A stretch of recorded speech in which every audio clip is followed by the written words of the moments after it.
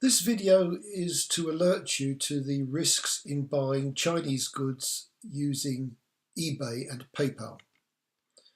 I recently purchased two front air suspension units for my 12-year-old Mercedes S-Class.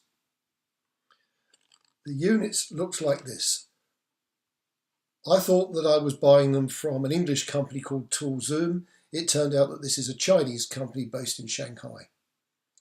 Similar units, I think probably the same units, are being sold widely across Europe on eBay, and they are being sold by Zoom and a number of other companies that I think may well be fronts for the Chinese company.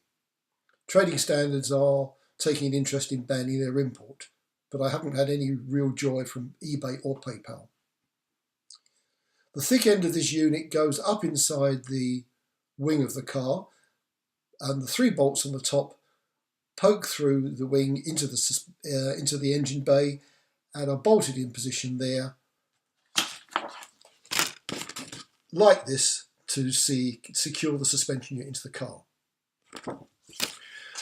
When that suspension unit is made in every other manufacturer that I could find, including Mercedes, the bolts are put through the inside of the suspension unit before it's assembled. You can see this quite clearly on this one, where somebody has over tightened the bolts and one has sheared off. You can see the threaded recess there.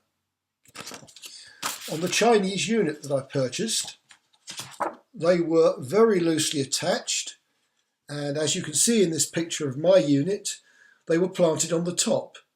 Low down in the picture you can see the three units there. They're rusty underneath, and I don't believe they were welded on. They may even have been superglued. Here is a close-up of the unit, and you can see how it fitted and how it was rusty underneath.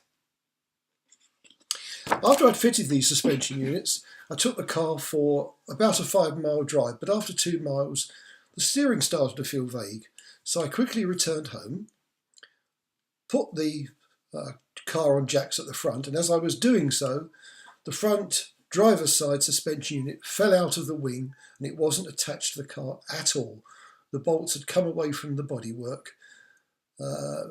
still hung in place, but not attached to the top of the airspring.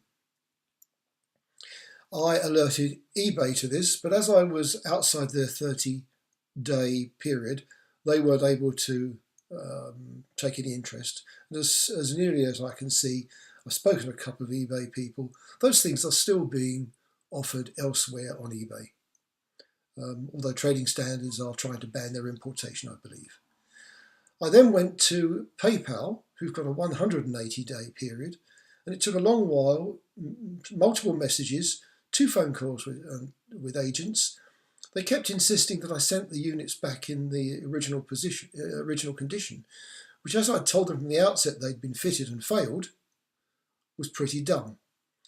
Neither company seemed desperately interested in the fact that in a 2,000 kilo plus car capable of 150 mile an hour, loss of life could have occurred. There could have been catastrophic injuries and deaths if I'd gone onto a German motorway and decided to try out on their limitless roads just how fast this older car would go. I'm at the stage now where I have actually returned the units to China, hoping to get a refund. I'm not getting anywhere. I've had to pay £87 to post them back. The manufacturer won't acknowledge there's any problems. I've also had to pay import duty to China, which adds insult to injury. I'm trying to alert you to this because I want to make sure nobody else makes the same mistake. If you get a problem like this and you do decide to go to eBay, I'd urge you to use a credit card. When I've had problems with purchases on credit cards in the past, they've always honoured their refund policy.